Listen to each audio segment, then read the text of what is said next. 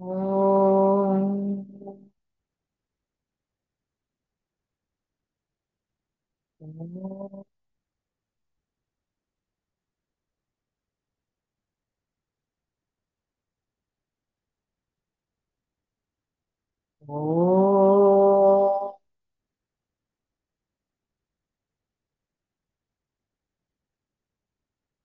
ॐ श्री गणेशाय नमः।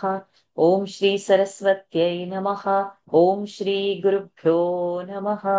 समस्तजनकल्याणे निरतं करुणामयं नमामि चिन्मयं देवं सद्गुरुं ब्रह्मविद्वरं सद्गुरुं ब्रह्मविद्वरं यो अन्तः प्रविश्य मम वाचमिमां प्रसुप्तां सञ्जीवयत्यखिलशक्तिधरस्वधाम्ना अन्यांश्च हस्तचरणश्रवणत्वगादीन् प्राणान्नमो भगवते पुरुषाय तुभ्यं प्राणान्नमो भगवते पुरुषाय तुभ्यं श्रीराम राम रामेति रमे रामे मनोरमे सहस्रनाम तत्तुल्यं राम नाम वरानने कूजन्तं राम रामेति मधुरं मधुराक्षरम् आपदामपहर्तारं दातारं सर्वसम्पदां लोकाभिरामं श्रीरामं भूयो भूयो नमाम्यहं कूजन्तं राम रामेति मधुरं मधुराक्षरम् आरुह्य कविताशाखां वन्दे वाल्मीकिकोकिलं मनोजवं मारुततुल्यवेगं जितेन्द्रियं बुद्धिमतां वरिष्ठं वातात्मजं वानरयूथमुख्यं श्रीरामदूतं शरणं प्रपद्ये चरितं रघुनाथस्य शतकोटिप्रविस्तरम् एकैकमक्षरं पुंसां महापातकनाशनम्। Pranams to the Lord. Pranams to all the Mahatmas in tonight's Srimad Valmiki Ramayana session. We are in Balakanda. We have finished first 58 sargas. Today we have to start with 59. We'll straight dive into it. We are doing the Trishanku story, right? Trishanku wants to go Sadeha to the Swarga. And though Guru's son said, nobody he is listening to, and he has insisted, we are at that story. Let us see what happens in today's further in that story.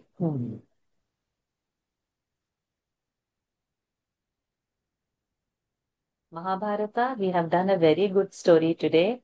Completion of Garuda story. For so many sessions it was happening. Open your Mahabharata and please do whatever is the missed portion. If you are not reading Sanskrit also okay, but read that English at least, because something very nice has happened out over there of Garuda. In our few chapters, some 10 odd chapters. So today we concluded it. Okay, Lalitama, let's start. 59 सर्गः उक्तवाक्यं तु राजानम् उक्तवाक्यं तु राजानम् कृपया कुशिकात्मजः कृपया कुशिकात्मजः अब्रवीन्मधुरं वाक्यम् अब्रवीन्मधुरं वाक्यम् साक्षात् चण्डालताङ्गतम् साक्षात् चण्डालताङ्गतम् इक्ष्वाको स्वागतं वत्स इक्ष्वाको स्वागतं वत्स जानामि त्वां सुधार्मिकम् जानापि त्वां सुधार्मिकम् शरणं ते प्रदास्यामि शरणं ते प्रदास्यामि मा भैषीर्नृपपुङ्गव मा भैषीर्नृपपुङ्गव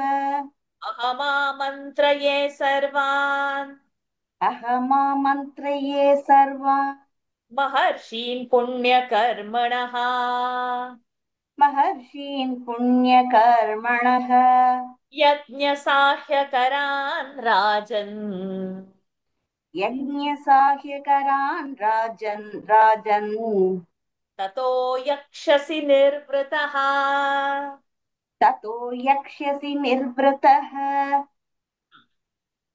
उक्तवाक्यं तु राजानं कृपया कुशिकात्मजः अब्रवीन्मधुरं वाक्यं साक्षात् चण्डालताङ्गतम् इक्ष्वाको स्वागतं वत्स जानामि त्वां सुधार्मिकम् शरणं ते प्रदास्यामि मा भैषीर्नृपपुङ्गव अहमामन्त्रये सर्वान् महर्षीन् पुण्यकर्मणः यज्ञसाह्यकरान् राजन् ततो यक्ष्यसि निर्वृतः.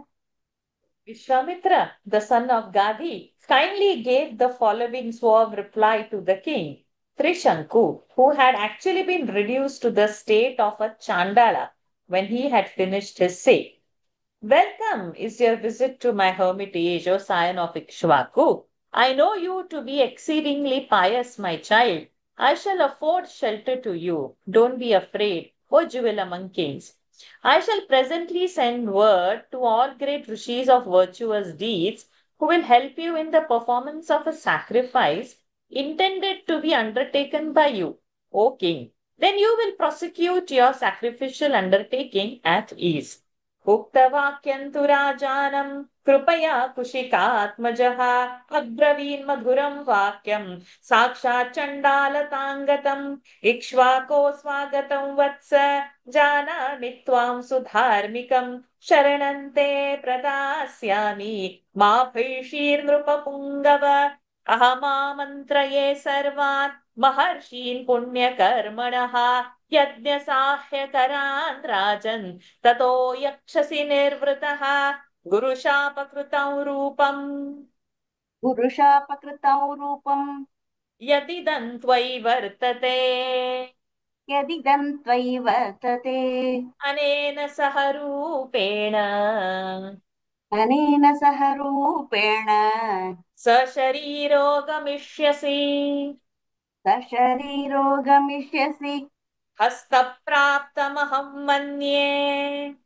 हस्तप्राप्तमहं मन्ये स्वर्गं तव नराधिप स्वर्गं तव नराधिप यस्त्वं कौशिकमागम्य यस्त्वं कौशिकमागम्य शरण्यौ शरणागतः शरण्यौ शरणागतः एवमुक्त्वा महातेजाः एवमुक्त्वा महातेजाः पुत्रान् परमधार्मिकान् पुत्रान् परमधार्मिकान् व्यादिदेशमहाप्राज्ञान् व्याधिदेशमहाप्राज्ञान् यज्ञसंहारकारणात्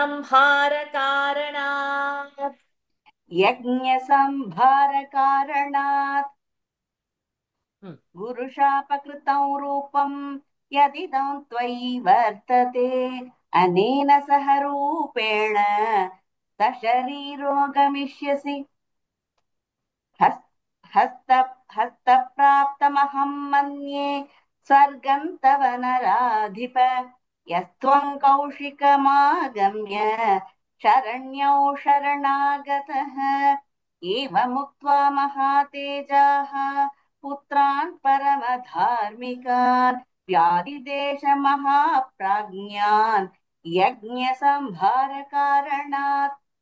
You will bodily ascend to heaven in this very form, which now stands inflicted on you by the curse of your preceptor in the form of his sons. I consider heaven as already attained by you, O ruler of men, in that, having sought the presence of Vishwamitra, son of Kushika, that is myself, you have come for protection to one who is capable of affording shelter to those who need it. Saying so, the exceptionally glorious Vishwamitra commanded his supremely pious and highly intelligent sons to make preparations for a sacrifice. गुरुशापकृतं रूपं यदिदं त्वयि वर्तते अनेन सह रूपेण सशरीरो गमिष्यसि हस्तप्राप्तमहं मन्ये स्वर्गं तव नराधिप यस्त्वं कौशिकमागम्य शरण्यौ शरणागतः एवमुक्त्वा महातेजाः पुत्रान् परमधार्मिकान् व्याधिदेशमहाप्राज्ञान् यज्ञसंहारकारणात् सर्वान् शिष्यान् समाहूय सर्वान् शिष्यान् समाहूय वाक्यमेतदुवाचः। वाक्यमेतदुवाचः। सर्वान् ऋषीन् सवासिष्ठान् सर्वान् ऋषीन् सवसिष्ठान् आनयध्वं ममाज्ञया आनयध्वं ममाज्ञया प्रशिष्यान् सुहृदश्चैव सशिष्यान् सुहृदश्चैव कर्त्विजः सुबहुश्रुतान् सात्विजः सुबहुश्रुतान् यदन्यो वचनं ब्रूयात् यजन्यो वचनं ब्रूयात् यज यद यदन्यो वचनं ब्रूयात् मद्वाक्यबलचोदितः मद्वाक्यबलचोदितः सर्वमखिलेनोक्तम् मखिलेनोक्तम् आख्येयमनादृतम् ममाख्येयमनादृतम् तस्य तत्त्वचनं श्रुत्वा तस्य तद्वचनौ श्रुत्वा यो जग्मुस्तदाज्ञया दिशो जग्मुस्तदाज्ञया सर्वान् शिष्यान् समाहूय वाक्यमेतदुवाचः। सर्वान् ऋषीन् सवासिष्ठान् आनयध्वं ममाज्ञया सशिष्यान् सुहृदश्चैव सुबहुश्रुतान् यदन्यो वचनं ब्रूयात् मद्वाक्यबलश्चोदितः तत्सर्वमखिलेनोक्तं ममाख्येयमनादृतम् तस्य तद्वचनं श्रुत्वा दिशो जग्मुस्तदाज्ञया। You do two more verses.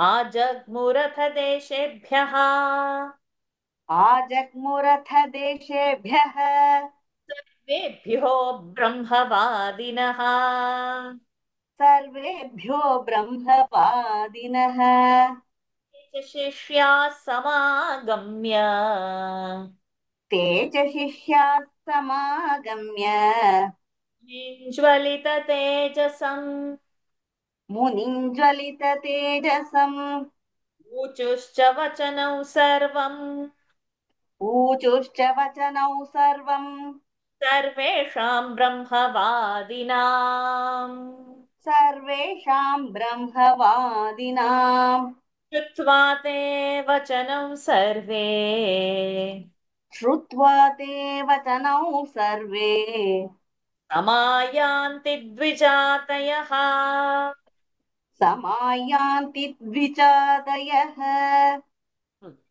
आ आजग्मुरथ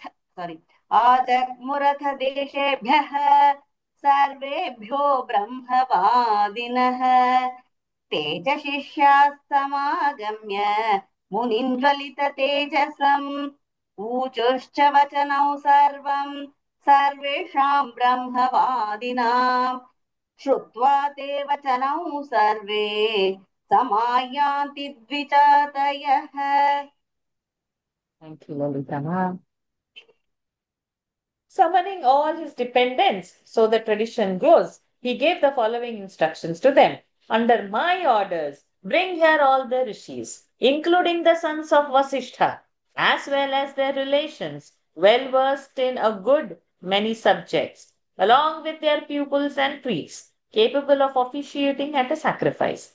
If anyone who is summoned on the strength of my word or anyone else makes any disparaging observation, all those remarks should be reproduced to me in their entirety. Hearing the aforesaid order of Vishwamitra, His followers proceeded in various directions under his command. सर्वान् शिष्यान् समाहूय वाक्यमेतदुवाचः सर्वान् ऋषीन् सवासिष्ठान् आनयध्वम् ममाज्ञया सशिष्यान् सुहृदश्चैव सर्त्विजस्सु बहुश्रुतान् यदन्यो वचनं ब्रूयात् मद्वाक्यबलचोदितः तत्सर्वमखिलेनोक्तम् ममाख्येयमनादृतम् तस्य तद्वचनं श्रुत्वा दिशो जग्मुस्तदाज्ञया. Nikhilaji, the next 11 mantras and to complete the chapter. So 3-3-3 division we'll do. No, in this we'll do 3 and 4 divisions. Sarvadesheshu agachan. It is Chagachan in my book version. Sarvadesheshu Chagachan. Yes, in my book also. Sarvadesheshu chagachan. Sarvadesheshu Chagachan. वर्जयित्वा महोदयम् Varjayitva Mahodayam. वासिष्ठं यच्छतं सर्वम् Vasishthayyachatau sarvam. क्रोधपर्याकुलाक्षरम् Krodhaparyakulaksharam. यथाह वचनं सर्वम् Yathaha vachanau sarvam. शृणुत्वं मुनिपुङ्गव Shrunutvam munipungava. क्षत्रियो याजको यस्य Kshatriyo yajako yasya. चण्डालस्य विशेषतः चण्डालस्य विशेषतः कथं सदसि भोक्तारः कथं सदसि भोक्तारः अविस्तस्य सुरर्षयः हविस्तस्य सुरर्षयः ब्राह्मणा वा महात्मानः ब्राह्मणा वा महात्मानः उक्त्वा चाण्डालभोजनम् भुक्त्वा चाण्डालभोजनम्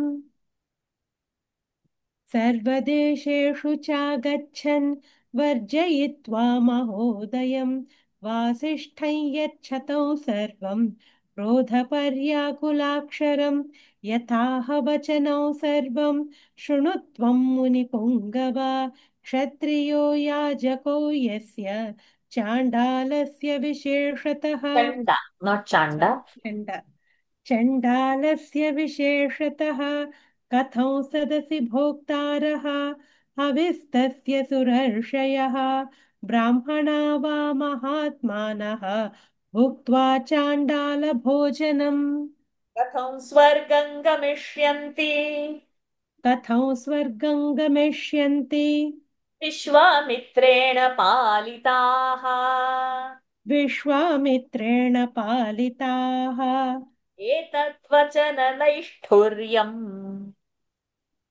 एतद्वचननैष्ठुर्यम् ऊचुः संरक्तलोचनाः ऊचुः संरक्तलोचनाः वासिष्ठा मुनिशार्दूल वासिष्ठा मुनिशार्दूल सर्वे सह महोदयाः सर्वे सह महोदयाः तेषां तद्वचनं श्रुत्वा तेषां तद्वचनौ श्रुत्वा सर्वेषां मुनिपुङ्गवः सर्वेषां मुनिपुङ्गवः क्रोधसंरक्तनयनः क्रोधसंरक्तनयनः सरोषमिदमब्रवीत् सरोषमिदमब्रवीत् यद्दूषयन्त्यदुष्टं माम् यद्दूषयन्त्यदुष्टं माम्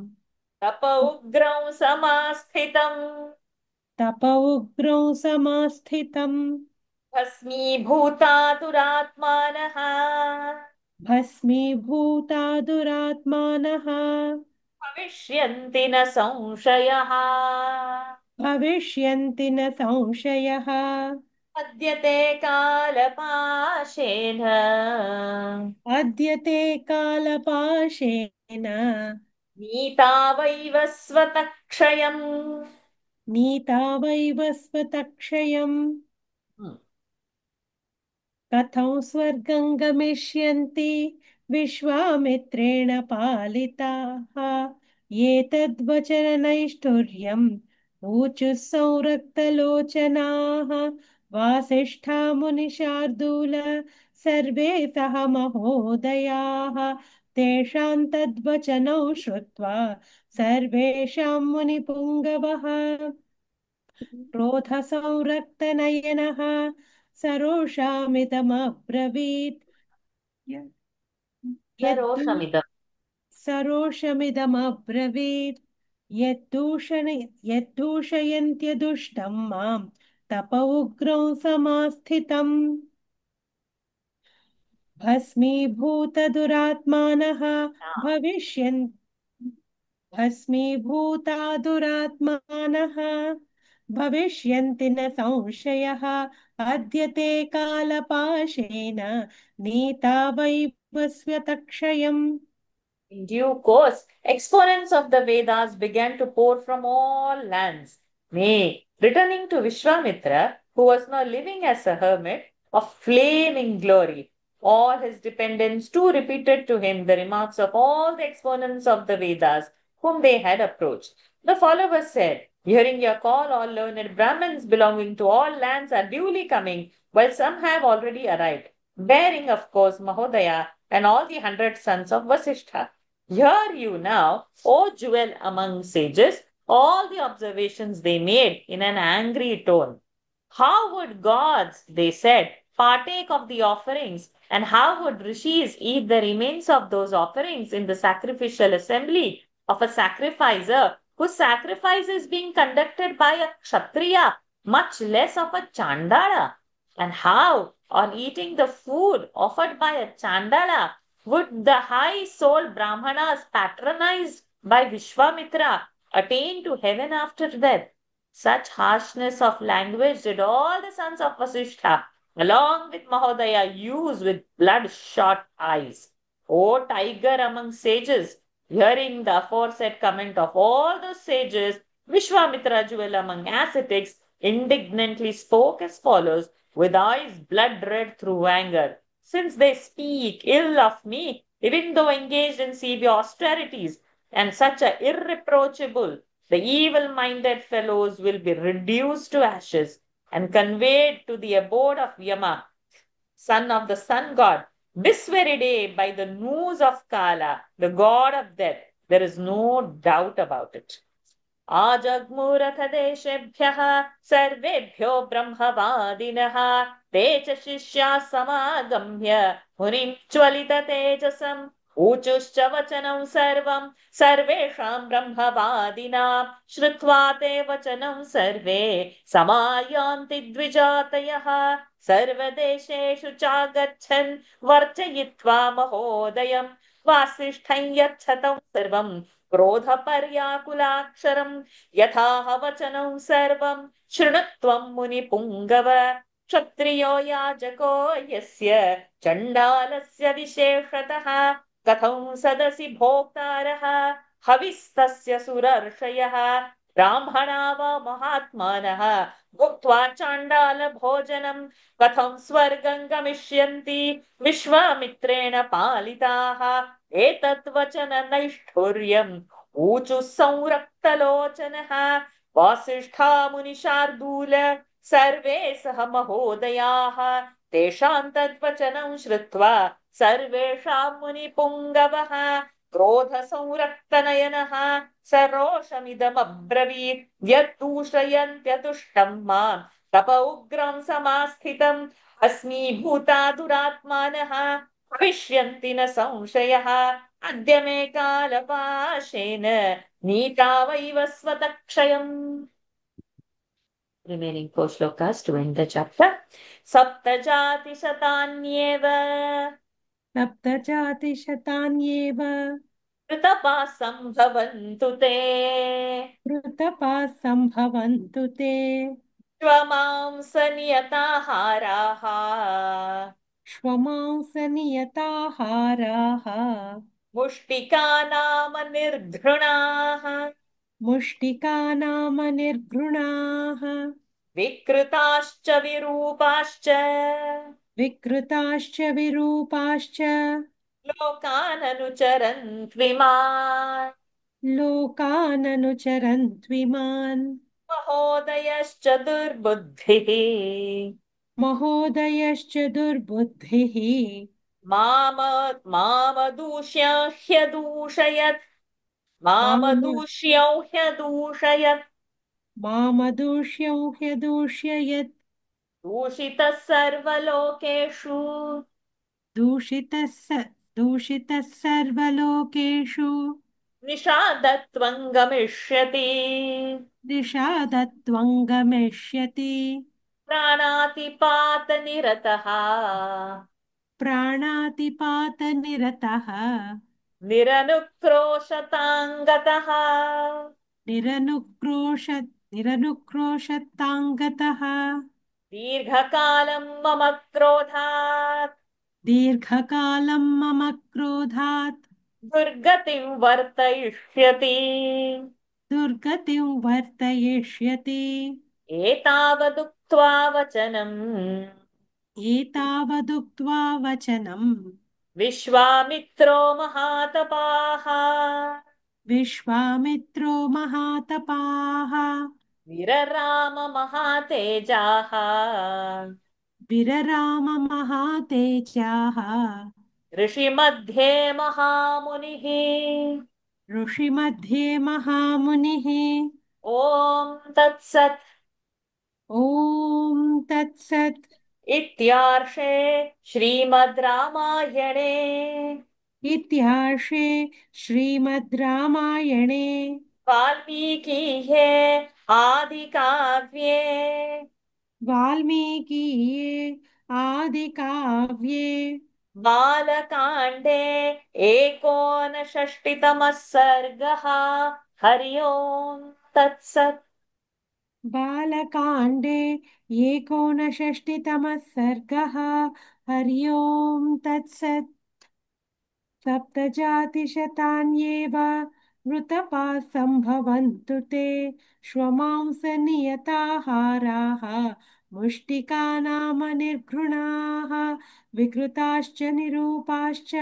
लोकाननुचरन्ति लोकाननुचरन्त्विमान् महोदयश्च दुर्बुद्धिः मम दूष्यो ह्यदूषयत् दूषितः सर्वलोकेषु निषदात् निषदादत् निषादत्वं गमिष्यति प्राणातिपातनिरतः निरनुक्रोशताङ्गतः दीर्घकालं मम क्रोधात् दुर्गतिं वर्तयिष्यति एतावदुक्त्वा वचनम् विश्वामित्रो महातपाः विरराम महातेजाः ऋषिर्मध्ये महामुनिः हरि ओम् तत्सत् इत्यार्षे श्रीमद् रामायणे वाल्मीकीये आदिकाव्ये बालकाण्डे एकोनषष्टितमः सर्गः हरिः ओम् हरि ओम्। Thank you, Nikhilaju. Let them be born for 700 successive births as ruthless mushtikas, a subcaste of the Chandalas, now known as Domas, who take away the shroud of dead bodies and feed as a rule on the flesh of the dogs, and let them roam about these terrestrial regions, following loathsome pursuits and misshapen in form, uh, misshapen in form. The misguided Mahodaya too, since he has spoken ill of me, though irreproachable, shall be condemned in all the lands and reduced to the state of Nishada, an outcast race born of a Brahmana through a Shudra woman, and remaining engaged in destroying the lives of others and thereby acquiring a merciless disposition, shall drag a wretched existence for a long time because of my wrath. Uttering this long curse in the midst of the rishis assembled for the sacrifice, The highly glorious and eminent sage and great ascetic Vishwamitra stopped speaking. Thus ends Canto 51, thus ends Canto 59 in the Balakanda of glorious Ramayana of the Valmiki, the work of a Rishi and the oldest epic. सप्तजातिशतान्येव वृतपासं भवन्तु ते श्वमांसनियताहाराः मुष्टिकानामनिर्घृणाः विकृताश्च विरूपाश्च लोकाननुचरन् द्विमान् महोदयश्च दुर्बुद्धिः मामदूष्यन्त्यदूषयत् दूषितः सर्वकालेषु निषादत्वं गमिष्यति प्राणातिपातनिरतः निरनुक्रोशताङ्गतः दीर्घकालं मम क्रोधात् दुर्गतिं वर्तयिष्यति एतावदुक्त्वा वचनं विश्वामित्रो महातपाः विरराम महातेजाः ऋषिमध्ये महामुनिः ॐ तत्सत् इत्यार्षे श्रीमद् रामायणे वाल्मीकिः आदिकाव्ये बालकाण्डे 59तमः सर्गः श्रीसीतारामचन्द्रार्पणमस्तु. This grace completed with ease this sarga. Let's dive into the next one. Sachivji.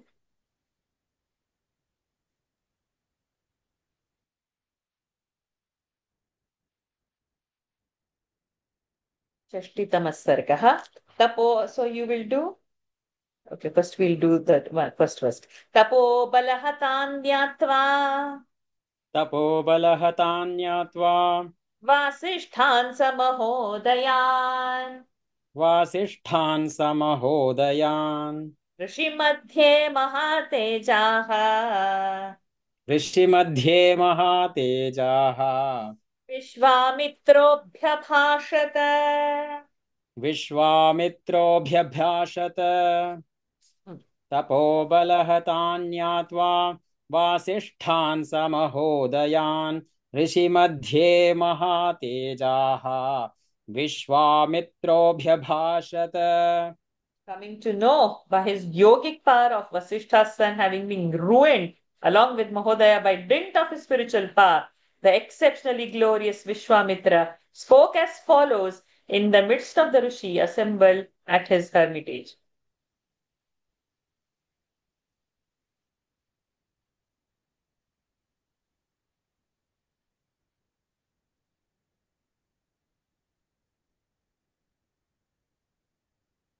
That means what this verse said. The Shapa worked.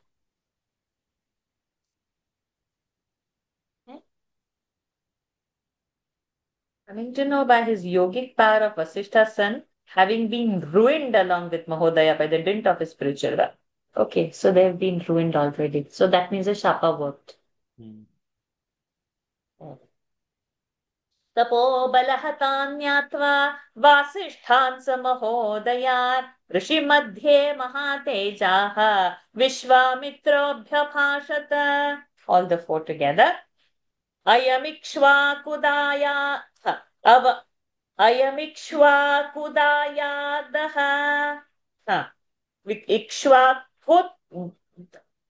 इक्ष्वाकुदायादः अयमिक्ष्वाकुदायातः त्रिशङ्कुरिति विश्रुतः धर्मिष्ठश्च वदान्यश्च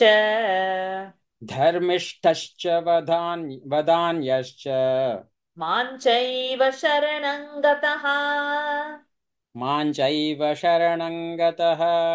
स्वेनानेन शरीरेण देवलोकजिगीषया यथायं स्वशरीरेण देवलोकं गमिष्यति तथा प्रवर्त्यतां यज्ञः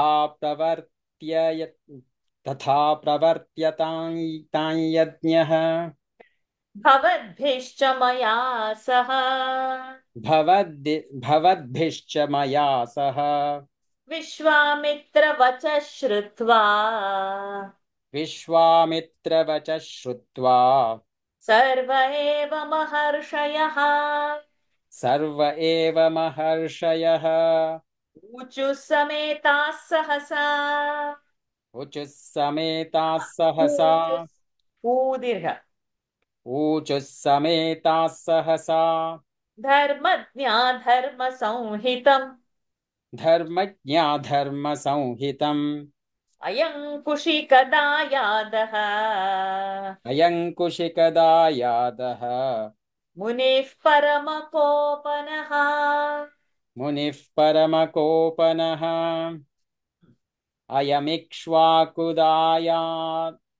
दायातः त्रिशङ्कुरिति विश्रुतः धर्मिष्ठश्च वदान्यश्च मां चैव शरणं गतः स्वेनानेन शरीरेण देवलोकजिगीषया यथायं स्वशरीरेण देवलोकं गमिष्यति तथा प्रवर्त्यतां यज्ञः भविद्भिश्च मया सह भव विश्वामित्रवचः श्रुत्वा सर्व एव महर्षयः ऊचुः समेताः सहसा धर्मज्ञा धर्मसंहितम् अयं कुशिकदायादः मुनिः परमकोपनः. Here is the scion of Ikshvaku, widely known by the name of Trishanku, who is not only exceedingly pious but generous also, and has moreover sought me as his refuge, with the desire of ascending to the realm of gods in his own present form of a Chandala. A sacrifice may kindly be set on foot by you collectively along with me, so that this prince may ascend to the region of gods in his own embodied state. Hearing the request of Vishwamitra, all the great rishis present in that assembly, who knew what is right, conferred and quickly made to one another the following observation consistent with righteousness. This sage Vishwamitra, the son of Kushika, is exceedingly irascible. Paramakopana. Okay. अयमिक्ष्वाकुदायादः त्रिशङ्कुरिति विश्रुतः धर्मिष्ठश्च वदान्यश्च मां चैव शरणं गतः स्वेनानेन शरीरेण देवलोकजिगीषया यथायं स्वशरीरेण देवलोकं गमिष्यति तथा प्रवर्त्यतां यज्ञः भवद्भिश्च मया सह विश्वामित्रवचः श्रुत्वा सर्व एव महर्षयः ऊचुः समेताः सहसा धर्मज्ञा धर्मसंहितम् अयं कुशिकदायादः मुनिः परमकोपनः. 3 verses. यदाह वचनं सम्यक् क ending क यदाह वचनं सम्यक् एतत् कार्यं न संशयः एतत् कार्यं न संशयः अग्निकल्पो हि भगवान् अग्निकल्पो हि भगवान् शापं दास्यति रोषधः शापं दास्यति रोषतः तस्मात् प्रवर्त्यतां यज्ञः तस्मात् प्रवर्त्यतां यज्ञः सशरीरो यथा दिवि सशरीरो यथा दिवि गच्छेदिक्ष्वाकुदायादः गच्छेदिक्ष्वाकुदायादः विश्वामित्रस्य तेजसा विश्वामित्रस्य तेजसा ततः प्रवर्त्यतां यज्ञः ततः प्रवर्त्यतां यज्ञः सर्वे समधितिष्ठत सर्वे समधितिष्ठत एवमुक्त्वा महर्षयः एवमुक्त्वा महर्षयः Sanjarhustaah kriyastada. San, Sajjag san, san jarhus. Sanjarhusta kriyastada. Not jahru. Ru it will be the second pronunciation. Not jarhu, jahru. Jahru. Uh, Sanjahrusta kriyastada. यदाह वचनं सम्यक् एतत् कार्यन्न संशयः अग्निकल्पो हि भगवान् शापं दास्यति रोषतः तस्मात् प्रवर्त्यतां यज्ञः सशरीरो यथा दिवि गच्छेदिक्ष्वाकुदायादः विश्वामित्रस्य तेजसा ततः प्रवर्त्यतां यज्ञः सर्वे समधितिष्ठत एवमुक्त्वा महर्षयः सञ्जर्हुस्ताक्रियास्तदा. Correct. The proposal that he has put forward must be duly carried out. There is no doubt about it. For the Almighty Sage, who is bright as fire, will pronounce a curse upon us through anger if his desire is not accomplished. Therefore, let a sacrifice be set on foot so that Trishanku, a scion of Ikshvaku, may bodily ascend to heaven by virtue of Vishwamitra's spiritual energy.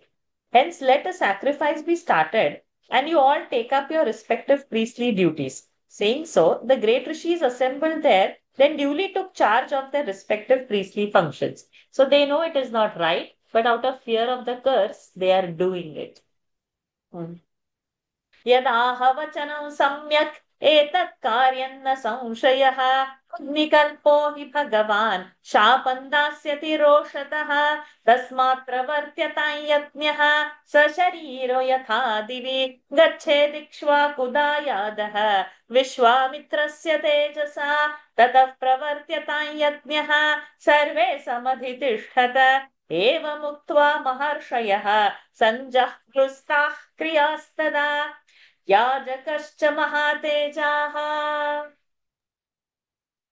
याजकश्च महातेजाः विश्वामित्रो भवत्क्रतौ विश्वामित्रो भवत्क्रतौ ऋत्विजश्चानुपूर्व्येण ऋत्विजश्चानुपूर्वेण मन्त्रवन्मन्त्रकोविदाः मन्त्रवन्मन्त्रकोविदाः चक्रुः सर्वाणि कर्माणि चक्रुः सर्वाणि कर्माणि यथा कल्पं यथा विधि यथा कल्पं यथा विधि ततः कालेन महता ततः कालेन महता विश्वामित्रो महातपाः विश्वामित्रो महातपाः चकारावाहनं तत्र चकारावाहनं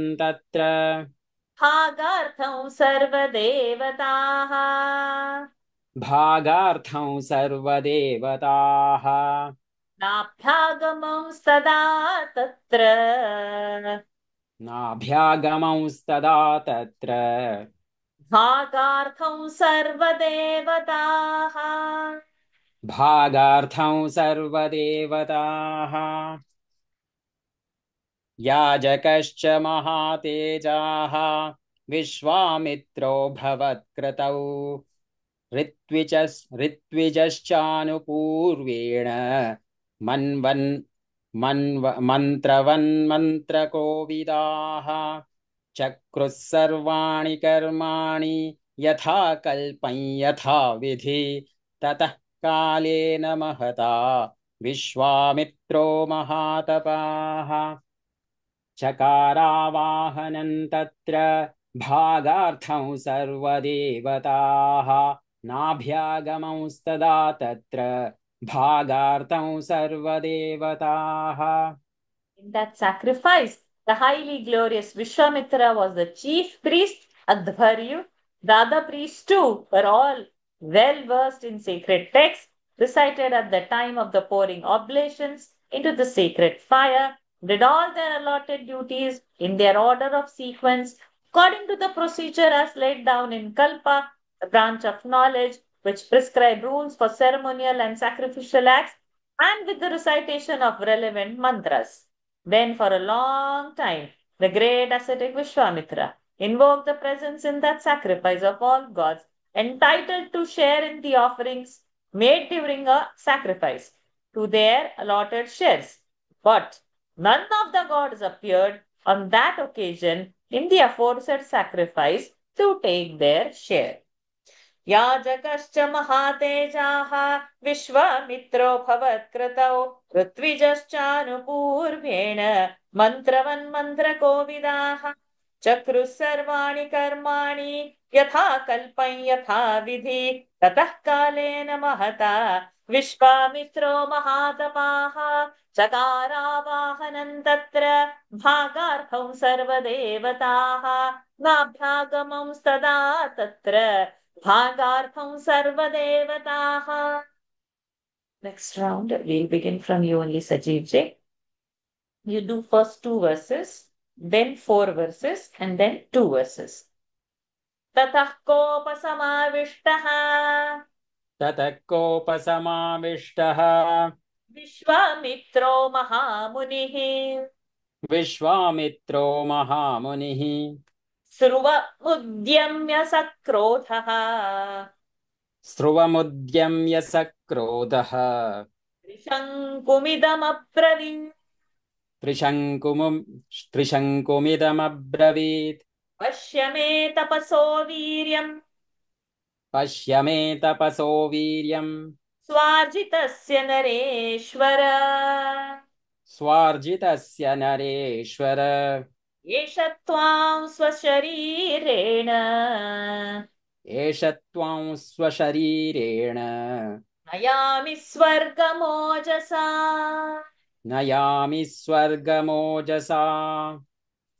ततः कोपसमाविष्टः विश्वामित्रो महामुनिः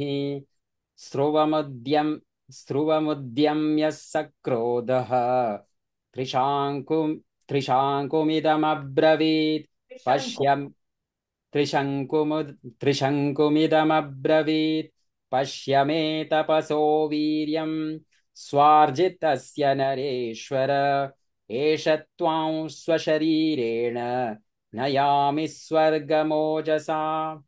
Overwhelmed with anger, the eminent sage Vishwamitra thereupon lifted up the sacrificial ladle with which ghee is poured into the sacred fire, and full of anger addressed Trishanku as follows: Behold the efficacy of the spiritual energy acquired by me with my own effort, O monarch. I forthwith send you in your embodied state to heaven by virtue of my spiritual energy. ततः कोपसमाविष्टः विश्वामित्रो महामुनिः स्रुवमुद्यम्य सक्रोधः त्रिशङ्कुमिदमब्रवीत् पश्य मे तपसो वीर्यम् स्वार्जितस्य नरेश्वर एष त्वां स्वशरीरेण नयामि स्वर्गमोजसा. 4 verses. दुष्प्रापौ स्वशरीरेण स्वर्गं गच्छ नरेश्वर वार्जितं किञ्चिदप्यस्ति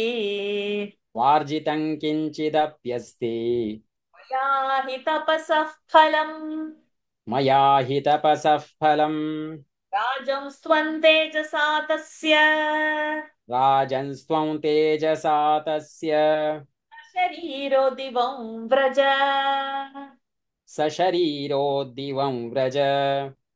उक्तवाक्ये मुनौ तस्मिन् सशरीरो नरेश्वरः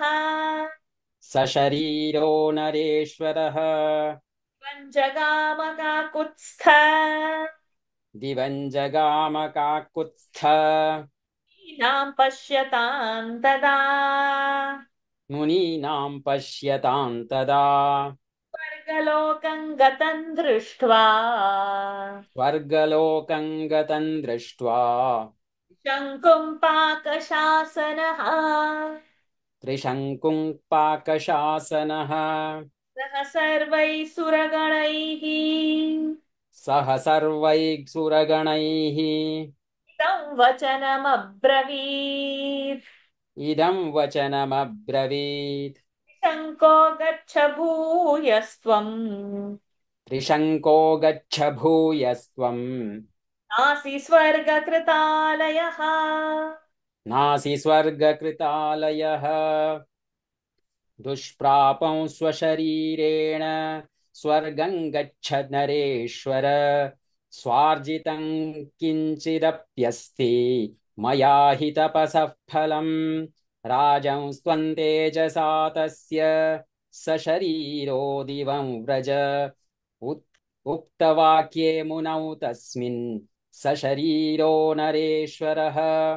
दिवं जगाम काकुत्स्थ मुनीनां पश्यतां तदा। स्वर्गलोकं गतं दृष्ट्वा त्रिशङ्कुं पाकशासनः सह सर्वैः सुरगणैः इदं वचनमब्रवीत्। त्रिशङ्को गच्छ भूयस्त्वं नासि स्वर्गकृतालयः।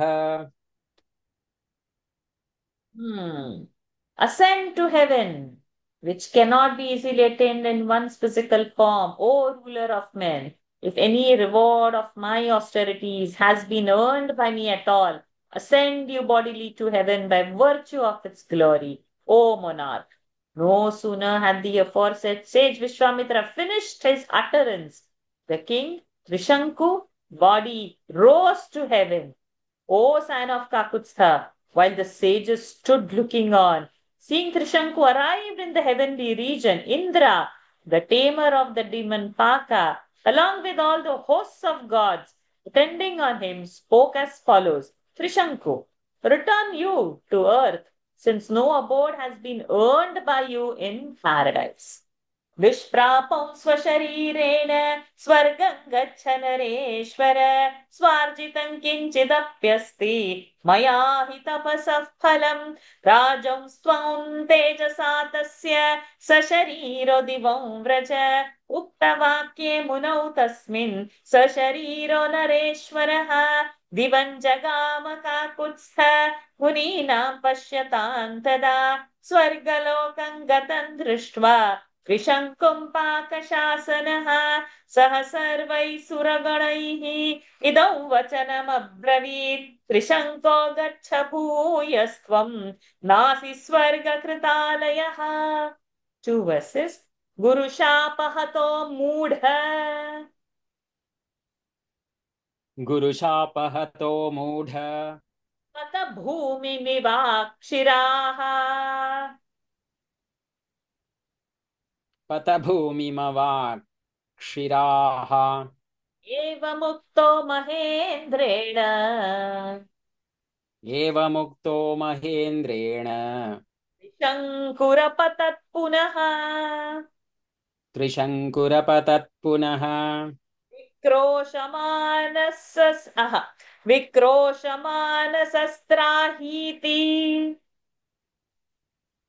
विक्रोशमानस्त्राहीति विश्वामित्रं तपोधनम् विश्वामित्रं तपोधनम् अश्रुत्वा वचनं तस्य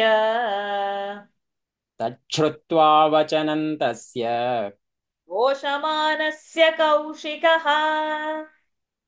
क्रोशमानस्य कौशिकः गुरुशापहतो मूढ पतद्भूमिमवाक्षिराः एवमुक्तो महेन्द्रेण त्रिशङ्कुरपतत् पुनः विक्रोशमानस्त्राहीति विश्वामित्र घोषमानस्त्राहीति विक्रोशमानस्त्राहीति विश्वामित्रं तपोधनम् तच्छ्रुत्वा वचनं तस्य क्रोशमानस्य कौशिकः.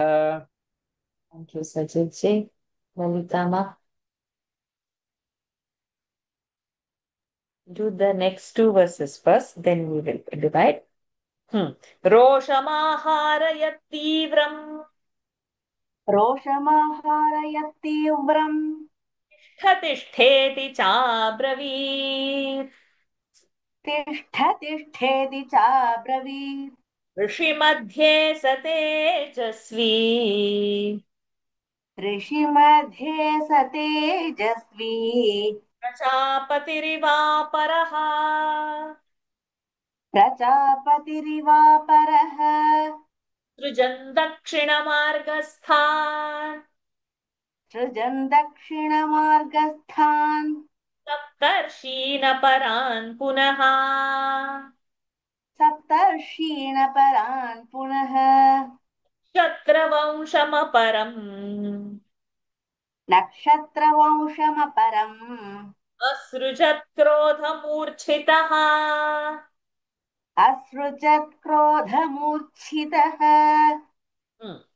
रोषमाहारयत्तीव्रम् तिष्ठ तिष्ठेति चाब्रवीत् ऋषिमध्ये स तेजस्वी प्रजापतिरिवापरः सृजन् दक्षिणमार्गस्थान् सप्तर्षीनपरान् पुनः नक्षत्रवंशमपरम् असृजत् क्रोधमूर्च्छितः Doomed as you are by your preceptor's curse, O fool, fall headlong to the earth.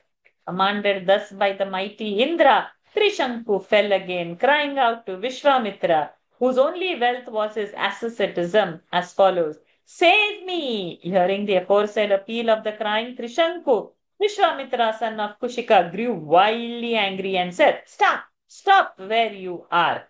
Seated in the midst of rishis, stupefied with anger, that glorious sage, like another Brahma, the creator of beings, evolved another group of 7 constellations corresponding to the Great Bear, coursing in the southern quarter, and further created a new galaxy of 27 lunar mansions. My God. गुरुशापहतो मूढ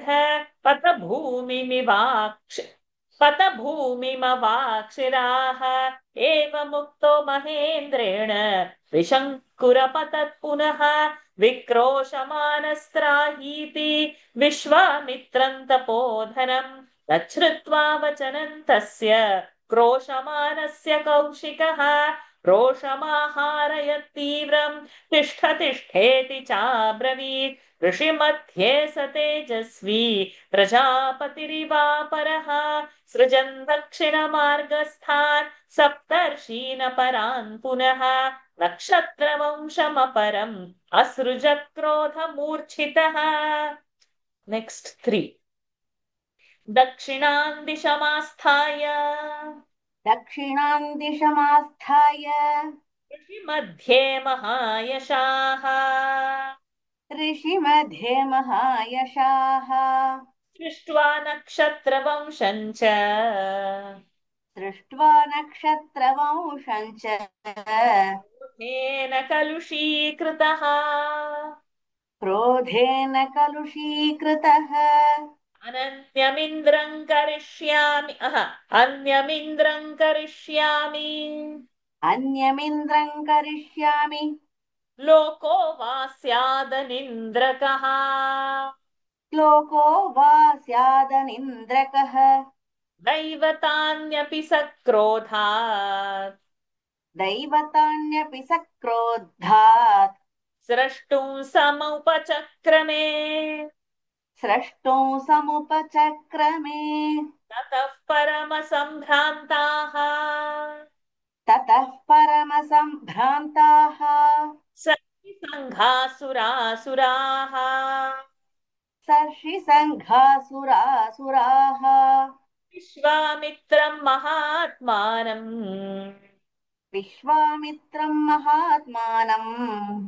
ऊचुः सानुनयं वचः ऊचुः सानुनयं वचः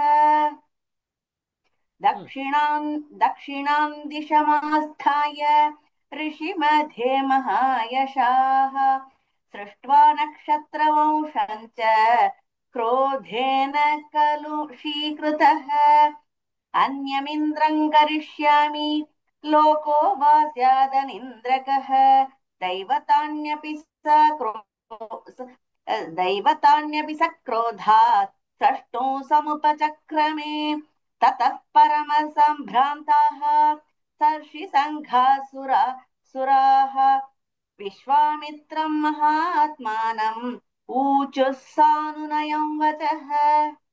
Me, having created a new galaxy of lunar mansions in the southern quarter, while remaining seated in the midst of rishis assembled in his hermitage, excited with the anger, he set about evolving in indignation a hierarchy of gods as well, saying to himself, I shall create another Indra, or else let my heaven remain without an Indra.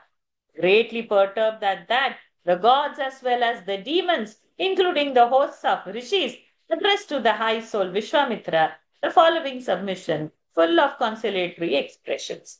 Dakshinam dishamasthaya ऋषिमध्ये महायशाः सृष्ट्वा नक्षत्रवंशञ्च क्रोधेन कलुषीकृतः अन्यमिन्द्रं करिष्यामि लोको वा स्यादनिन्द्रकः दैवतान्यपि सक्रोधात् स्रष्टुं समुपचक्रमे ततः परमसम्भ्रान्ताः सर्षिसङ्घासुरासुराः विश्वामित्रं महात्मानम् ऊचुः सानुनयं वचः. Last three. Ayam Raja Mahabhaga. अयं राजा महाभागाः Guru Bhaga. अयं No Visarga. It is Sambodhan, no Visarga. अयं राजा महाभाग Guru Shapa Parikshataha. गुरुशापपरीक्षतः Sashariro Divan Yatum. सशरीरो दिवं यातुम् नार्हत्येव तपोधन. नार्हत्येव तपोधन तेषां तत्वचनं श्रुत्वा तेषां तत्वचनं श्रुत्वा देवानां मुनिपुङ्गवः. देवानां मुनिपुङ्गवः ब्रवीत्सु महत्वाक्यम्. अब्रवीत् सुमहत्वाक्यम् कौशिकः सर्वदेवताः. कौशिकः सर्वदेवताः सशरीरस्य भद्रं वः. सशरीरस्य भद्रं वः त्रिशङ्कोरस्य भूपतेः. त्रिशङ्कोरस्य भूपतेः Visarga Sakara, Visarga Vaha we have given, Sir has gone. Pri is the starting. Trishanko. Arohanam pratignatam. आरोहणं प्रतिज्ञातम् Nandrutam kartumutsahe. नानृत्तं कर्तुमुत्सहे अयं राजा महाभाग गुरुशापपरीक्षतः सशरीरो दिवं यातुम् नार्हत्येव तपोधन तेषां तत्वचनं श्रुत्वा देवानां मुनिपुङ्गवः अब्रवीत् सुमहत्वाक्यम् कौशिकः सर्वदेवताः सशरीरस्य भद्रं वः त्रिशङ्गोरस्य भूपतेः आरोहणं प्रतिज्ञातम् नानृतं कर्तुमुत्सहे.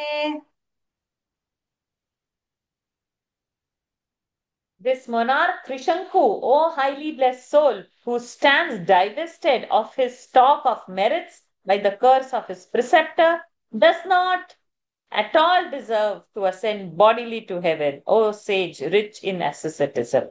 Hearing the aforesaid submission of those gods, Vishwamitra, son of Kushika, a veritable jewel among hermits, gave the following noble reply to all the gods. Pledge has been given by me to this monarch, Trishanku, to help him ascend bodily to heaven. May prosperity attend on you. I dare not go back upon it. Ayam Raja Mahabhaga Guru Shapa Parikshataha Sashariro Divan Yatum Narhatyeva Tapodhana Na Arhati. Arhata is the eligibility. Na arhati, he is not eligible. न narhatyeva, na arhati eva. Not, he's not at all eligible. तेषां तद्वचनं श्रुत्वा देवानां मुनिपुङ्गवः अब्रवीत्सु महद्वाक्यं कौशिकः सर्वदेवताः सशरीरस्य भद्रं वः त्रिशङ्कोरस्य भूपतेः आरोहणं प्रतिज्ञातं नानृतं कर्तुमुत्सहे. Imagine, again come to finish the chapter. First do the 3 verses, then the 4 verses. स्वर्गोऽस्तु सशरीरस्य. स्वर्गोऽस्तु सशरीरस्य. Sajiv ji will put in Daily Gita, that will be late by 10 minutes in Daily Gita. We'll complete the chapter. त्रिशङ्कोरस्य शाश्वतः.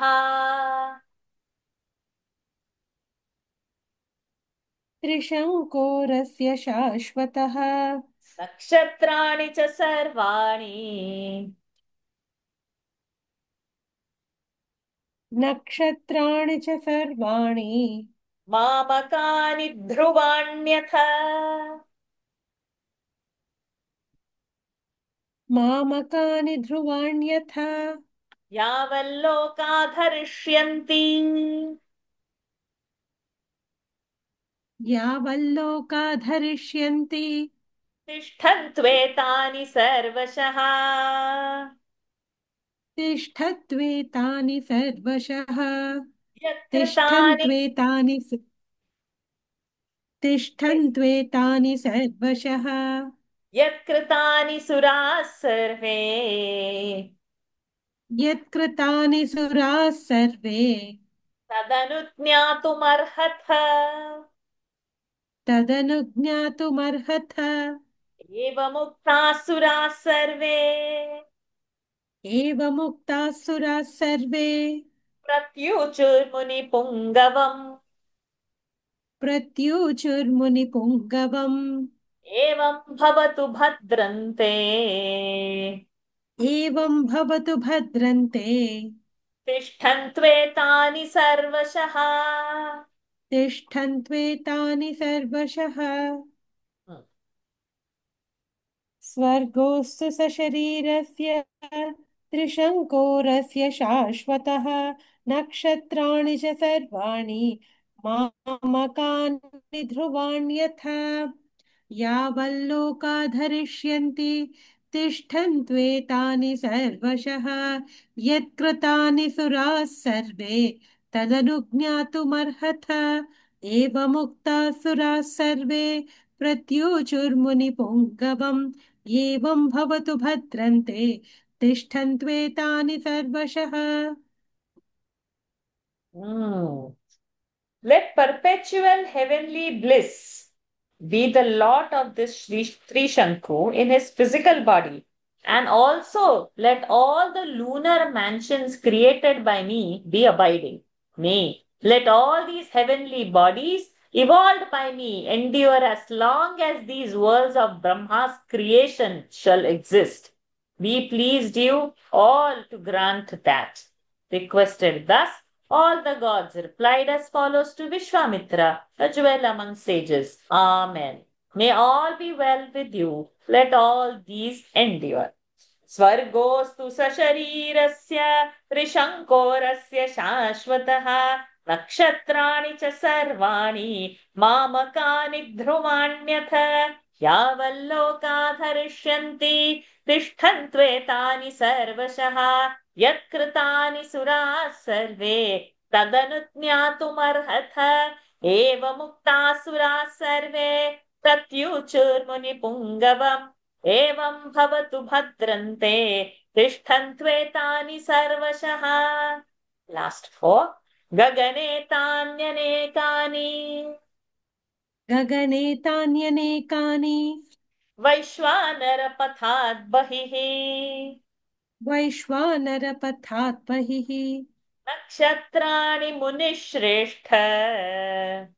नक्षत्राणि मुनिश्रेष्ठ. तेषु ज्योतिषु जाज्वलन्.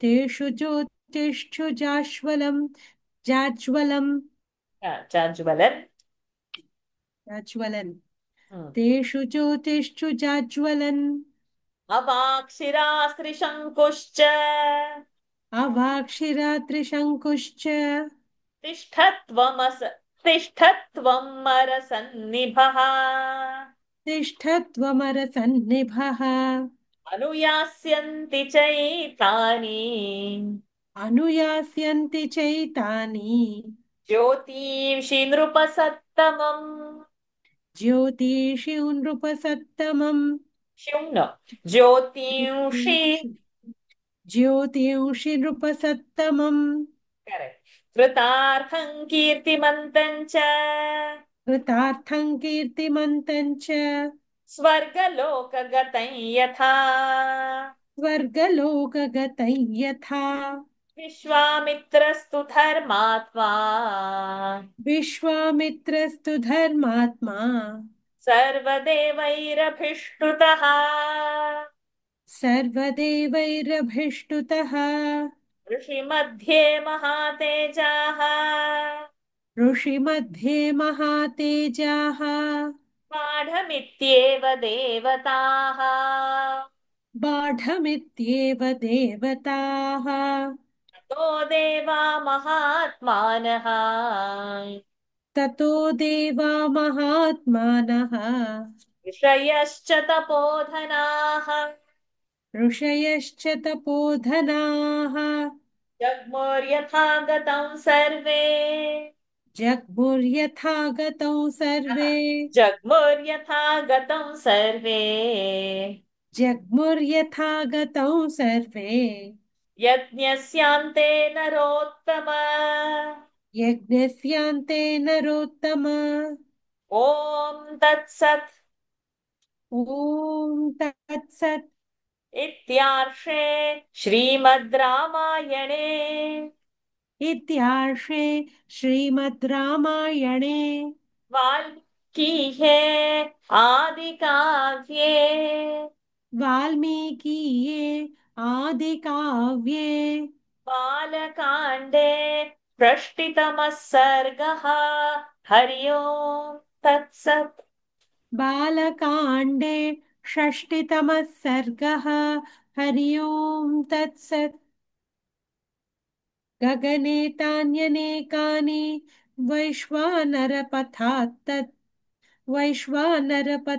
बहिः नक्षत्राणि मुनिश्रेष्ठ तेषु ज्योतिषु जाज्वलन् अवाक्षिरास्त्रिशङ्कुश्च शङ्कुश्च अवाक्षिरास्त्रिशङ्कुश्च तिष्ठत्वमरसन्निभः तिष्ठत्वमरसन्निभः अनुयास्यन्ति चैतानि ज्योतिंषि नृपसत्तमम् कृतार्थं कीर्तिमन्तं च स्वर्गलोकगतं यथा विश्वामित्रस्तु धर्मात्मा सर्वदेवैरभिष्टुतः ऋषिमध्ये महातेजाः बाढमित्येव देवताः ततो देवा महात्मानः ऋषयश्च तपोधनाः जगुर्यथा गतौ सर्वे यज्ञस्यान्ते नरोत्तमा ॐ तत्सत् इत्यार्षे श्रीमद् रामायणे वाल्मीकीये आदिकाव्ये बालकाण्डे षष्टितमः सर्गः हरि ओम् तत्सत् Thank you, Nikhilaji. Let those many lunar mansions endure in the heavens beyond the orbit of the stellar sphere, as defined by the standard works on astronomy. O jewel among sages, and let Trishanku, happy as a god, remain suspended with his head downward, shining brightly in the midst of those stars. Nay, the stars will circumambulate Trishanku, the noblest among kings, who will be accomplished of purpose and glorious like a denizen of heavenly regions. Glorified by all the gods in the midst of the rishis assembled there, the highly glorious Vishwamitra too whose mind is given to piety, merely said to the gods, "All right."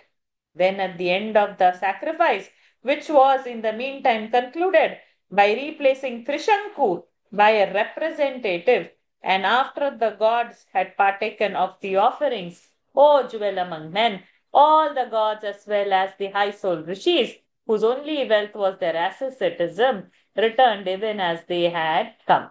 Thus ends Canto 60 in the Balakanda of the glorious Ramayana of Valmiki, the work of Rishi and the oldest epic. Oh my God. So now Trishanku is like that only, suspended upside down, neither in the heaven nor in the earth, in a different disk, though everything, all honor is there. But so a person, in Hindi there is that saying, no? Na ghar ka, na ghat ka, na dhobi ka. So, in the Vedantic terms, if you are not doing anything, you will be like Trishanku, they say, neither this side nor that side. So, this Trishanku avastha. गगने तान्यनेकानि वैश्वानरपथात् बहिः नक्षत्राणि मुनिश्रेष्ठ तेषु ज्योतिषु जाज्वलन् अवाक्षिरास्त्रिशङ्कुश्च तिष्ठत्वं मरसन्निभः अनुयास्यन्ति चैतानि ज्योतींषि नृपसत्तमम् कृतार्थं कीर्तिमन्तं च स्वर्गलोकगतं यथा विश्वामित्रस्तु धर्मात्मा सर्वदेवैरभिष्टुतः ऋषिमध्ये महातेजाः बाढमित्येव देवताः ततो देवा महात्मानः ऋषयश्च तपोधनाः जग्मुर्यथा गतं सर्वे यज्ञस्यान्ते नरोत्तम ॐ तत्सत् इत्यार्षे श्रीमद् रामायणे वाल्मीकिः आदिकाव्ये बालकाण्डे षष्टितमः सर्गः हरि ओम् तत्सत् Shri सीतारामचन्द्रार्पणमस्तु. It was immense kripa. We managed our 2 sargas in this time. Let's meet next Sunday. We'll have a session. Thereafter, we will have a break. I'll let you know later whether it's 1 week or 2 weeks break that will. Let's end the session for the daily Gita to begin around 10 minutes late on count. Om Purnamadah Purnamidam Purnat Purnamudachyate Purnasya Purnamadaya Purnamevavashishyate Om Shanti Shanti Shanti Harihi Om Shri Gurubhyo Namaha Harihi Om Shri Sita Ramachandrarpanamastu. Om everyone. Thank you for joining. See you all next Sunday with another 2 sargas. Thank you, Ashaji. Thank you, Ashaji. Thank you. Hari Om. Hari Om.